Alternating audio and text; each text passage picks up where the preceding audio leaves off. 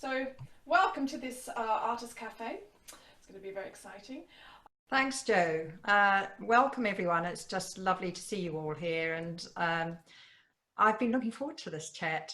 Auditions are a huge part of any musician's life, right from a very young age. I kind of thought this would be a great opportunity to talk around the subject. My little subtitle, Opportunity or Ordeal, was really from my point of view, auditions ideally want to be an exciting invitation to show your skills, to show the kind of musician you are, what kind of person you are, and less the negative. But of course, there is a lot of that, and we're going to deal with this today in all sorts of respects with our panel. So I'm a cellist in the Hallé Orchestra, and I'm thrilled to be able to invite three wonderful guests this evening. We'll start with Emma, if you could introduce yourself and say something about yourself. Hi everyone, very, very nice to see you all. Well, I can see some of you, not all of you. Yeah, so I'm also a cellist, but I am also a psychotherapist. I'm trained in something called transactional analysis. You don't need to worry about what that is. But what I can bring to this is having had 30 years as a cellist, and I still play, but also I've thought about what's going on for us internally when we're auditioning. What are we giving of ourselves, and what are our expectations in that moment? How resilient are we? How realistic are we? And all the other bits in between. And really, what's our mental preparation before we sit down? Because we all know we're going to be triggered, it's heightened, and anxiety and excitement are a fine line. You know, how do we harness that energy in a positive way? You know, I've had every experience in an audition, from the utterly awful to the fantastic where you feel like you're flying. So can we move to you, Liz? Yes, welcome everyone. Very happy to be invited to be part of this. I'm a concertmeister in Holland of the Netherlands Radio Orchestra. My experience with auditioning, I never had to do many auditions. So my first audition in Holland, which was 30 years ago, I did not win, but the second audition I did win, and that was for my orchestra. And then shortly after that, a few years after that, I had to do a concertmeister audition. And I also had to prepare very hard for that, but I also won that. But I do teach, I teach normal students, but I also teach auditioning. So I am in contact with a lot of people who are struggling with the whole audition process. And I think in Holland, our way of auditioning is different than in England. I know about the trial system in England. But I think the whole preparation for auditions and, you know, even the idea of having to prepare all these pieces, always the same excerpts that get asked, and it tends to make music a different thing. It's not like playing a recital where you can really let rip and play a whole piece. Often you just have 5 minutes to prove yourself. And I think that's really difficult. Can we now move to Nick, if you could introduce yourself and share some of your thoughts. Lovely to be here as well. Thank you, Dale, for inviting me. I'm principal cello of the Hallé Orchestra, and I guess I've experienced quite a lot of auditions on both sides. First doing them when I left music college. At that point, there was an awful lot of opportunities to do auditions. It felt like I did one every other week at least, which was very helpful. And now have the opportunity to listen to more than I do. And it's an incredibly interesting process. But with my own students, I'm always trying to convince them of how much the panel wants to hear the musician rather than a safe performance. I find that it's very common. People are so afraid of doing something wrong, and I would really like to encourage people to focus more on expressing themselves and giving us an idea of a musician, because it's fascinating to I suppose from either behind a screen or not, to what an impact somebody who's really expressing themselves, what an impact that has. Emma, let's come back to you and talk about the kind of psychological preparation. There's so much involved in stepping into the arena for an audition. Absolutely. Right from the start of putting your application in through to walking in the door. Can you share some of your thoughts about how to go about that?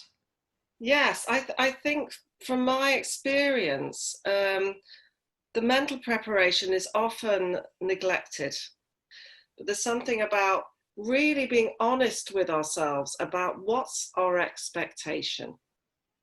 Do we set ourselves up like, I have got to get this or I'm a failure? Or are we able to say, right, my expectation is I'm going to do these 5, I'm going to see these 2 as preparation for this one that I really want. You know, it's total honesty with yourself.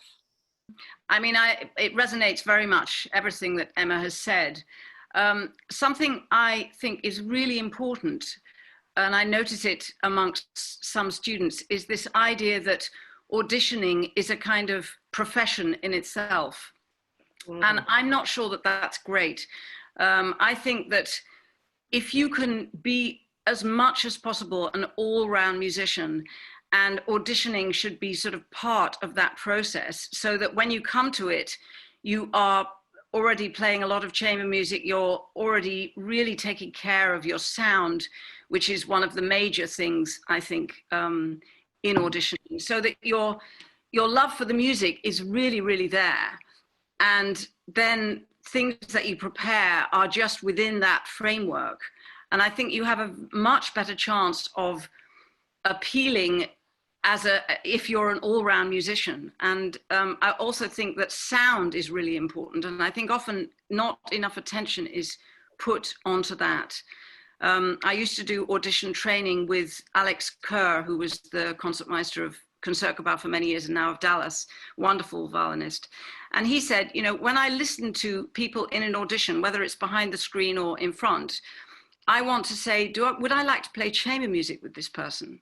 And I think that's something really important, that, you know, if you hear a sound that that engages you and it draws you in, and it's much more important in a way than a perfect audition. I hear so many versions of our piece, Haydn D, where it sounds just like a set of technical hurdles to overcome. It's like really bad figure skating. I can't watch figure skating because I keep waiting for someone to fall over and land on their bum, and that's often what it feels like. So it's so wonderful when you hear somebody who still feels that it's a piece of music. And I think when you get to that round where all those excerpts are being heard, of course everyone is listening in a very critical way.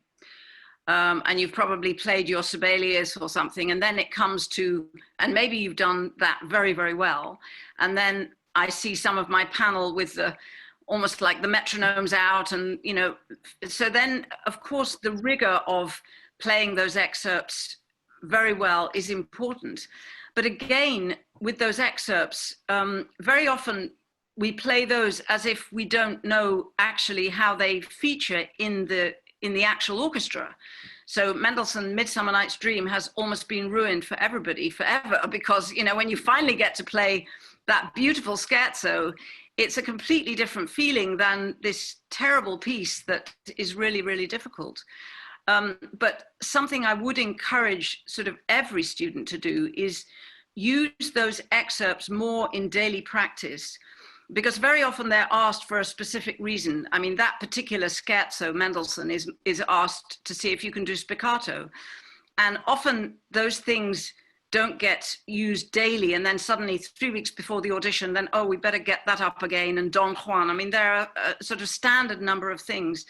And I think if those would be real friends, and they would be really in the repertoire that you just use daily when you practice your scales, you just do a little excerpt, and also to put that in context, in musical context, so you can actually hear what the other instruments are doing, because many people don't know that. They only know that little piece of paper that they get sent. Sorry, you're absolutely right. I'm just remembering an audition that I was listening to when a guy played the Solo of Brahms 2, very famous cello. Da, da, da, da, da. Played the whole thing with E sharps. Da, da, da, da, da, da, da. And it was like, it was really, and then at the end, when the panel said, I think you find, he went, no, it is here in the music. And there was some misprint. So it's just an example of what not to do. So know your score, look at the score, bring it to as an idea, like get fresh. The danger is, can they get stale, and how to keep them fresh so that they sparkle when you come in the room. And when you only have 6 minutes, how are we going to handle this? To come back to you, Emma, is there some way, what could be a potentially very defeating experience? How can we find resilience to pick ourselves up and put ourselves through it again? Absolutely. I mean, I was thinking when you were saying about sound, the thing that gets affected when we're nervous, when we're anxious, is gravity seems to leave us. And I think Gwen made a comment. She made a quote, didn't she, about all these things I can learn about playing, but gravity is my best friend. And now gravity is what, when you see a good player, they're in their body, they're really comfortable. And there's something about being nervous which really messes with that. Can you practice being nervous? Can you make sure that before you're in that hot seat, you found out where your weak spots are, you found out where your anxiety is? And if it does go wrong, can you go, okay, I've learned something, instead of going into a place of total collapse? And that's what I mean about the preparation and the expectation, because you will bring your story to your playing. The ability to cope with rejection is as much the ability to be realistic about what we need, what we want from the experience. I'm not sure that I would say that what an audition panel is looking for actually is sort of neutral. Blending, yes, but it's when you're preparing the excerpt, you have a kind of global vision for the whole piece, and the sound of 10 cellos blending. It would be what I'd be listening for, that 1/10 of a section sound. So in a way, it's still a sort of a personal statement about how you feel this whole sound is, but you're part of it. Of course, has to be in the context of something bigger. I was just wanted to ask, Dad, is it okay if I ask Nick and Liz about, because one of the things that really struck me when I went to start being a psychotherapist was I worried so much about my interview, and I said, and she said, well, actually what we're looking for is the capacity to change, the capacity to adapt. And I think that's the thing about the excerpts, isn't it? Be able to say to someone, that's nice, can you play it at a quicker tempo? If you're fixed in the way you play your excerpt, you will be spotted. It's, can you go a bit faster, a bit slower, change the vibrato like you just said, you know, can you make that sound darker, you know, whatever it is. This is a great point. What we've done, I've sat on many audition panels with Nick, and we've many times had the chance to remove the screens for a second round and then work in exactly this way. An orchestra it's an organism of its own, and every orchestra has different nuances of sound and personality. So while you might fit in with one group of people, and you absolutely don't belong with another. Absolutely. And, you know, this is just the nature of the beast. What would be your advice to players to find a way to kind of present themselves as honestly as possible, rather than trying to fit? One thing I do like about the trial system here as well is that it gives the player a chance to trial the orchestra and really understand, is this a culture that musical culture that I'm comfortable playing with. But I think it is important that you choose, if you choose to audition for an orchestra, you get to know that orchestra beforehand. Just coming to another question I see in the chat, it's how should we try and stand out if hundreds of other people of the same instrument are auditioning, apart from trying to play as best as possible? Now, the standards are, of course, high, really high, and everyone is schooled to the highest level for their 6-minute moment in their audition. So what advice can you give for this? Something I wanted to say anyway is that when you audition, it's really important to take time and to, Emma, you almost said something about sort of feeling the ground beneath you. Or I think sometimes when you know that you only have 6 minutes, you kind of feel that you have to just rush in and rush out again. But actually, for the panel anyway, when you see someone really standing, taking time, really breathing, really concentrating and focusing, that is really important. Because if you're trying to stand out, you won't be inwardly focusing. You'll be focusing on trying to be the best, and that's not what we want. I believe, okay, I'm going to say it, auditions are anti-musical. They are bad, horrible things. Just know that, and then think, this is a means to an end. Sometimes you get a chance, don't you, to play a second piece. I was lucky. I found that I really loved and got a hold of Shlomo, Block Shlomo, and that gave me a kind of freedom because not everybody was playing it, and I loved to be notes. It was in me. So it didn't matter how much noise and stuff was going around. Once I sat down, really sat down, then it was like, it doesn't matter. It doesn't matter anymore. Just be there, be there. Don't try and be the best, be you. You know, if they don't like it, it's their loss. Auditions were massively demystified when I had the opportunity to be on a panel for the first time.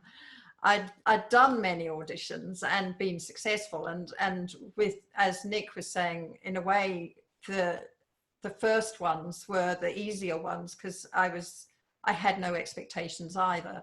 And you know, from the minute someone walks in the room and tunes up, this is someone I want to hear. And I just wonder, in your 6 minutes, if sitting down and, as you were saying, Liz, take time to ground yourself, and in the moment of tuning your instrument, that you in some way attune with yourself to share who you are with the panel. And I know with screens now, we can't see that person, but we would still hear the quality of sound that comes out of the A when they tune with the piano. So we have a few more questions here. I think there's too much pressure on getting a job, and freelancing is extremely fragile and insecure. Is auditioning going to become even more pressured as the jobs become less available? There's a lot of reality there. I mean, I was a member of the RPO for 12 years and now freelance, and there's some truth in it. You're either going to bring something or not. So in a way, that's to do with framing the experience, isn't it? You know, if you're putting that much pressure on yourself, saying, this is it, this is my only chance, then wow, that doesn't give you much energy left for being grounded and playing. This other question from Kathy, any thoughts on preparing for video submission audition? I mean, I would say, because I've been watching quite a lot of online auditions that we had for conservatory this year in April, and the acoustic, or the place that you record eventually, should be, if you have the possibility to record in a nice place, that does make a difference to the sound quality. Again, and even how you look, it shouldn't be important, but some people just, you know, kind of just in their almost in their pajamas, and that doesn't make such a great impression. So, you know, those things are they shouldn't be important, but they actually are. But preparing is probably the same. You know, the preparation for an online or live audition, I think the preparation is the same. Any thoughts yourself on this one, Nick?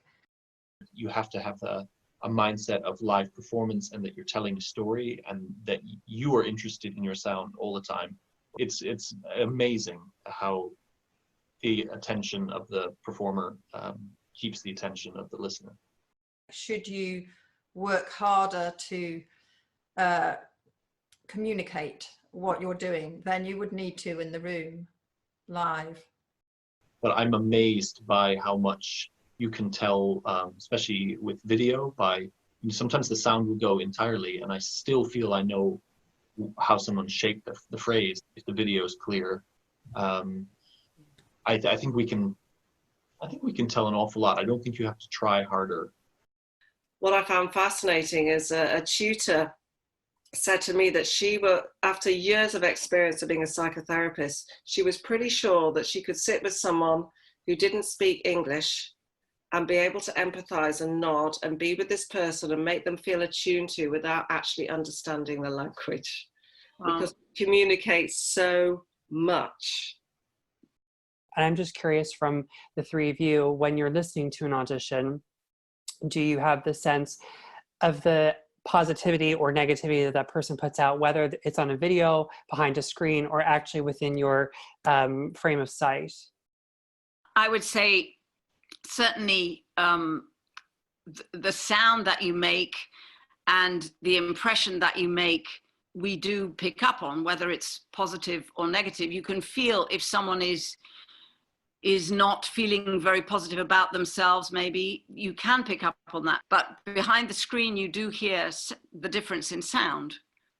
What has struck me sitting on panels is that you can hear if somebody is still making music, or if they've kind of given up. I think you've hit something so important there, Nick, because, you know, auditions and fun. Yeah. It's like, how do we bring back the fun? Or sometimes I've been in audition spaces and then the panel comes in and walks in. I've always thought, this is my space. And I've said that essentially out loud, you know, and just this feeling of ownership. We can bring things into an audition which are nothing to do with the audition. It can be a need to prove yourself, a need to feel recognized, a need for validation. I feel that's nothing to do with the audition, and there's much as you can do to process that before you get in that space of judgment, the better. On that, also to feel that the panel is privileged to hear you.